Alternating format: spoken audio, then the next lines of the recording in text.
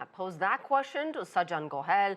He's the International Security Director at the Asia Pacific Foundation. Well, it's not surprising that ISIS would want to take credit for this attack. It's the biggest mass casualty attack outside Iraq and Afghanistan since 9/11. And it also fits the hallmarks of an ISIS plot in the sense that it was coordinated, multiple mass casualty, using suicide bombers designed to create an economic, political, and social backlash.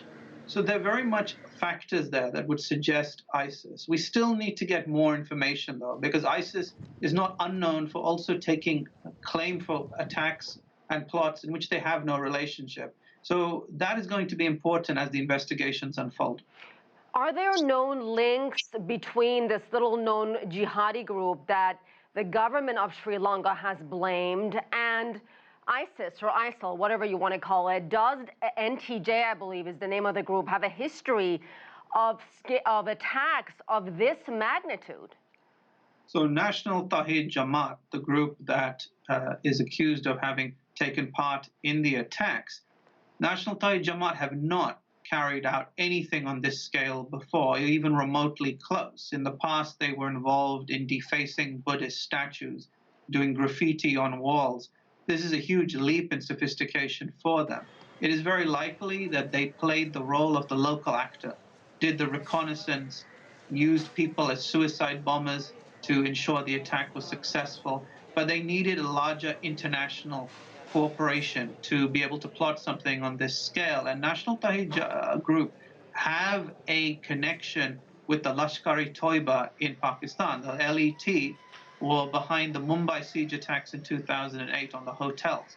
And it's interesting, if you compare the Mumbai attack and the Sri Lanka attacks, there are a lot of similarities in terms of strategy and tactics. And that relationship also is being explored by the Sri Lankan authorities, which is the Pakistan connection.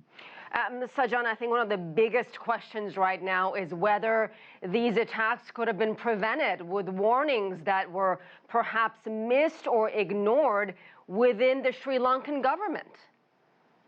Well, this is going to be one of the biggest challenges now, is how does Sri Lanka recover from not just the attack, but the fact that there is a lack of communication within government.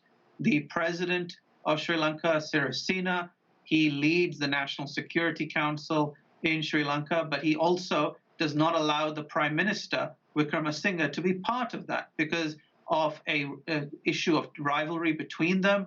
President Sirisena tried to remove Prime Minister Wickremesinghe last year. The Supreme Court deemed that to be unconstitutional. But ever since then, President Sirisena has excluded Prime Minister Wickremesinghe from a lot of decision-making issues, and that includes national security. So when the National Security Council received the threat warning of attacks on churches, it was not passed down to the Prime Minister's office. And that meant that the police that operate under the Prime Minister could not have that information to hand. So if the left hand and the right hand don't know what's going on inside a country, it bodes very badly for security and stability. And Sajjan, very quickly, why Sri Lanka? Well, Sri Lanka fits into the category of a country that could be hit politically, economically, and socially. All those factors feature in for a transnational group.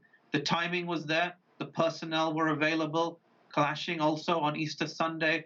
So opportunity is very much a factor. And we should never forget that ISIS or Al-Qaeda and affiliated groups have not been defeated. The threat remains and the challenges evolve. Sajjan Gohel, thank you so much, sir. My pleasure.